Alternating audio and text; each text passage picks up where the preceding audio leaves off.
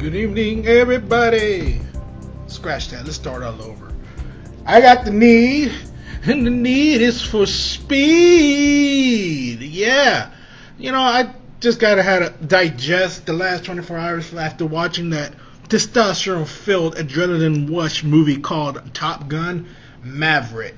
Now, before I get into the review of this movie, and I'm just gonna throw this out the way, I was never a fan of the first movie.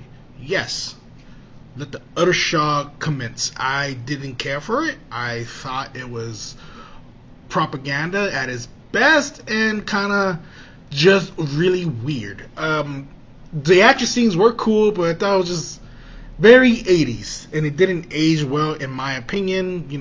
Take it as you leave it. With that being said, coming into this movie, I had low expectations. The main reason why I went to go watch this movie is because of the practicality of it all.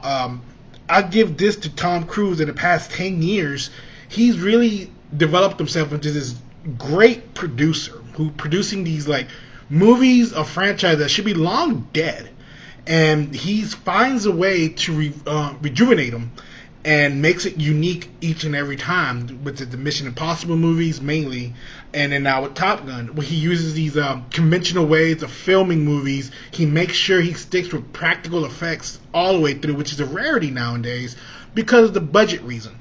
But because if you're Tom Cruise, though, you can do whatever Tom Cruise says. He has been proven to be still a moneymaker in the box office. Even The Rock Johnson has some flops under his belts. Tom Cruise has been hitting it out of the park for now, pushing 40 years now. He is guaranteed money, and to the point where he owns his own studio at this point. With that being said, this is one of those movies as well. Going into this, Jesus Christ, the 80s nostalgia kicks in right off the bat with the start of Danger Zone, and it doesn't let up afterwards.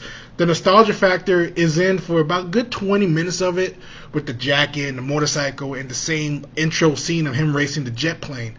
But after that, it becomes its own different movie, and in a way of it's introducing the new generations of pilots led by Miller and his crew. And outside of that, Miller playing Goose's son, and Tom Cruise coming in. So we will get into the plot, the specific plot of this. The movie is based off Tom Cruise's Maverick, who's pretty much a wash-up pilot who's getting kicked out of every program he's gone to for insubordination, and he's a reckless guy in typical Maverick fashion. He's given one more chance to teach a class on him to survive a mission that's pretty much a ripoff of the Star Wars New Hope trench maneuver that you see destroying the Death Star. That's literally the same objective. Go through the trenches, hit a hole that's no bigger than a wombat, and explode the object. Apparently, Tom Cruise is the only one in the past 30 years, or at least Maverick's character in the past 30 years, that ever had a true dogfight and is able to teach his maneuvers to these new generations. And that's where the movie begins. And you get clearly your stereotypical cocky guy, your nobleman, the one random chick that's in it. Other than that, though, the movie, outside of being so stereotypical, cliche, it works. It works because it doesn't try nothing new, which is so odd to say after me bitching about other movies. This is a type of movie that you know automatically what you're getting yourself into, especially if you're a giant Top Gun fan. This movie is for you. But what I appreciate the most, and the reason why I started off my review like this, is because I didn't care for the first Top Gun. I don't care for it. I'll watch it every now and then when it was on TV, but didn't care for it. This one completely blew out of the water, and the main reason is because of the cinematography of it all. The guy that did Oblivion, he's done a bunch of other movies. It's the way he's filming it. The most unique aspect of it all is that these actors are actually inside of a jet airplane cockpit doing 4Gs, 2Gs. The movie, they say they're doing 10Gs. Now, I'm sure some of it is movie magic, but it's hard to tell because they blend it so well that you do believe that they're going at that fast speed. Now, there are scenes where you can see their face clearly getting pushed behind their skull, and That clearly has to be at least 2 to 4 G's. But I don't know if they actually did it 10 G's. I know from reading interviews and looking at many documentaries of this movie, of the making of this movie, most of them are eligible to get their pilot's license because of the training that Tom Cruise put him in. Tom Cruise already has a pilot license from his last movie with Mission Impossible and the one about he's a drug runner. I can't remember the name of it right now. And so he's got his pilot license. He's trained to technically fly an F-18. And then there's some scenes in the movie that he's flying the F-14, and that's actually him flying it. Badass. That's fucking badass. But for the more like treacherous scenes, the high speed trench scenes, or the G10 scenes, the way they film it, you can tell there's someone else piloting it, but you don't give a fuck because just looking around it, like the whole time I was watching the movie, I was just looking. Literally, I felt like I was inside the plane, and I was looking out the window and just seeing everything just rush fast and fast. It just felt so real, especially the last third of the movie, the last leg of it, when you actually get to the mission. That whole scene is just fucking badass. Now, they're fighting not Russia, but not Russia, or Korea, not Korean. I don't know. They're fighting someone. They never name who they're fighting.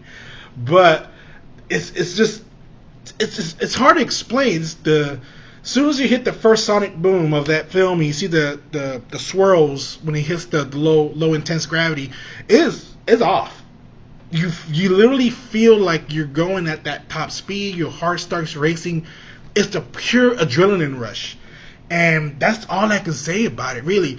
Plot-wise, there is no plot. Who gives a fuck? Really, at this point, what Tom Cruise did was make the most minute plot you can think of and then just stretch it across and distract you with these incredible special effects and practical effects. And that's what summer blockbuster is. Summer blockbuster is not your Oscar movies. It's not your dark trench grouping movie, or it's not even a movie that's supposed to make you think.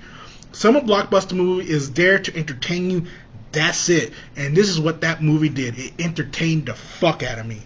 Like I said, I could nitpick the shit out of it all day, but I won't, because I have so much fun. It's a movie I'm willing to watch again. It's a movie that I want to watch again in IMAX. It's a movie that I want to watch again at the DXB box. Those fucking shaking. It's just, however they produced it, and great marketing. It was great on Tom Cruise to hold his guns, because this is the last movie that was filmed in 2019, and it was held up back because of the COVID pandemic. And while other movies, Tenet as well, sacrificed their vision and put it on streaming services, Tom Cruise held his gun and said, "No, this deserves to be in the big screen," and he is absolutely right. Great call on him. What he did with this film is going to solidify himself for the next 10 years, because he's going to anything that he wants, he is going to get. He has that power now. He's always had that power, but now they're willing to open up the whole book for him. And I'm excited to see what he does with Mission Impossible. I was never a Mission Impossible franchise fan, but Fallout was by far my favorite Mission Impossible movie. I love what he did with that. Watching the trailer to the Dead Reckoning, I'm excited for it as well, especially after watching Top Gun. I trust his direction. Now, wholeheartedly, anyone who has not seen this movie, anyone who's scared because they haven't seen the first Top Gun, don't worry about it. It's literally the same plot from the first one, just rehashed. And a little bit of like, oh, what happened? But they give you little like flashbacks of what happened in part one, like previously on Top Gun moments in the beginning. Or whenever you see a new character, they kind of like say, oh, this is a reference to this guy. The only new character in there is Jennifer Connelly's bartender chick. I can't remember her name right now. I thought she was in the first one. That's how out of place I am. But she apparently not. She's a brand new character. And she doesn't age, just like Tom Cruise. Whatever, she's drinking virgin blood or whatever, but she is beautiful as ever with a little slight grayness to her hair. She's wonderful. Shout out to Val Kilmer there. At first, I was kind of joking about it because I remember the last few movies I've seen of Val Kilmer has always been he was overweight. He was doing these like B-rated movies, and then he just disappeared. And then I joked around when I saw him in the movie, not knowing his history, what's going on with him. They made him lose weight for this movie. Once I realized the reason why he wasn't talking in the movie, it kind of set me back and it kind of hurt my feelings on it, because apparently he had throat cancer and he got it treated, but the sacrifice of getting it treated with chemo is he's unable to talk anymore.